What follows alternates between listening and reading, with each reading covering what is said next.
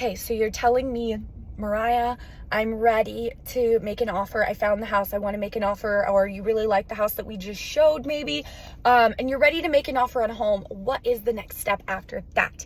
So once you decide that you want to make an offer, you're going to have to first contact your lender.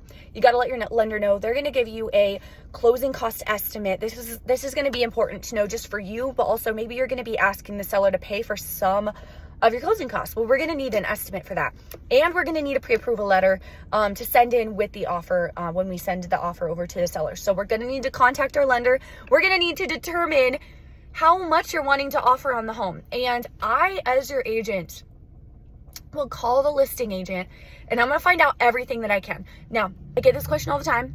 Can you find out for me what the seller's willing to take, or what the other offers are? Legally, the seller is not able to give me any of that information, or legally the listing agent is not able to give me any of that information from the sellers. They're not allowed to tell me the seller's willing to take like $10,000 under ask price, or like the seller, there's another offer and it looks like this. They're not allowed to tell me that. They can tell me if they have any other offers, if they have received any other offers since it's been on market, and those things will help me determine what to tell you that I think we should offer and give my best personal opinion in that area. So I will be able to do some digging and get some information. I will try to ask as many questions as I can to try to get a feel for how motivated is the seller, you know what I'm saying? But they can't just straight up tell me.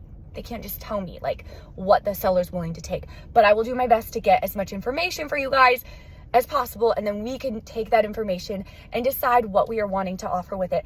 And while I will give you my best professional opinion based off of that, as well as based off of what I'm seeing, what I'm seeing on the day-to-day, what I'm seeing other offers get accepted as, because this is something that can really vary drastically from market to market. There's some housing markets like we've been in the past where it's completely unrealistic to ask the seller to pay for any of your closing or to make an offer at all under ask price. And then there's other markets like we're in right now, which is super awesome for my buyers, where it is realistic.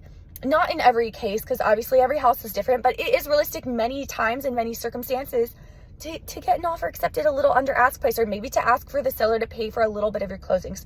So I will give you my best advice in that area. However, at the end of the day, it is up to you. I work for you as your real estate agent. It is up to you what you want to offer on the home. But I will give you that advice. You're going to call the lender, and then I'm going to send you a handful of questions.